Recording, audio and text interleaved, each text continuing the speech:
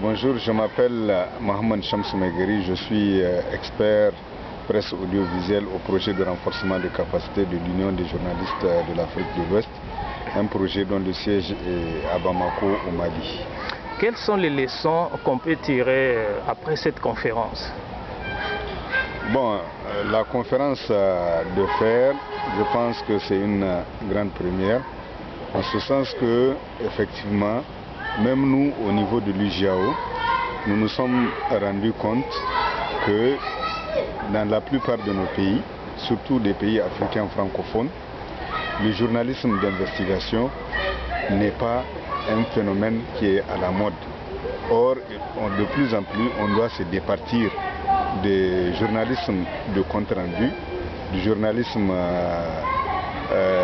du discours officiel pour vraiment chercher les informations, les véritables informations et mettre à la disposition du public. C'est en ce sens que j'estime que cette conférence de fer est une conférence extrêmement importante et elle a été très riche en échange entre les différents participants venus non seulement des pays anglophones mais aussi des pays francophones. Parce qu'il faut le dire, la culture du journalisme anglophone est vraiment une culture du journalisme d'investigation. Et cette culture doit être de mise sur l'ensemble du continent parce qu'on a de plus en plus besoin d'informations. L'accès à l'information est devenu aujourd'hui vital pour permettre aux populations de prendre des grandes décisions ou d'impulser des décisions à leurs gouvernants. Et c'est pourquoi il est important pour nous aujourd'hui de faire du journalisme d'investigation non pas un domaine de spécialistes, mais un domaine du journalisme tout court. Y a-t-il un défi particulier? Oui, les défis qu'il y a, moi je pense que il y a notamment l'inexistence dans nos pays des lois sur la liberté de l'information, ce qu'on appelle dans les pays anglophones FOI, Freedom of Information. Il faut que nos États, notamment nos États francophones, adoptent ces lois sur la liberté de l'information afin de permettre aux journalistes de pouvoir entrer en possession avec les documents qui sont les sources d'information et qui peuvent être aussi des preuves d'information. L'autre défi, je pense également, c'est le défi de la liberté d'expression en elle-même.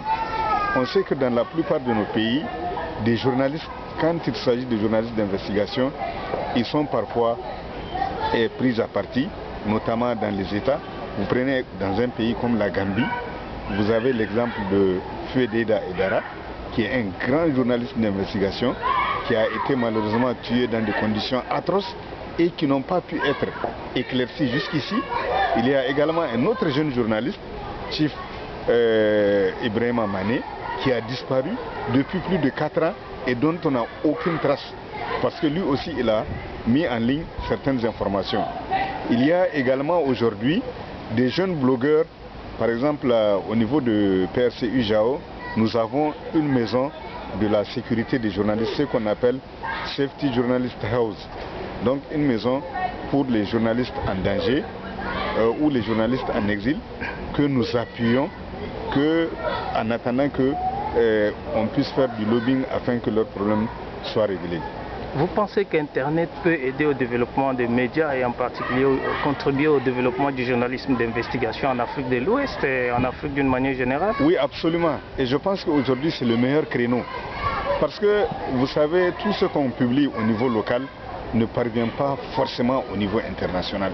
Et c'est en cela que l'Internet est extrêmement utile et important pour les journalistes, notamment ceux qui font des journalistes d'investigation, des articles de fond, des articles fouillés, qu'ils peuvent mettre à la disposition de tout l'électorat à travers le monde. Et donc, vous voyez qu'aujourd'hui, ce qui est extrêmement important, le lobbying est très important à travers le monde.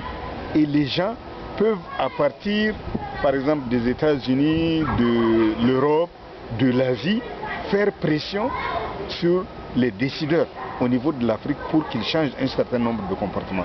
Et ça, je pense que les articles d'investigation fouillés, recherchés, valables, s'ils ne sont pas diffusés sur Internet, s'ils ne sont pas relayés au niveau d'Internet, ils peuvent laisser rester lettre morte en diffusion locale.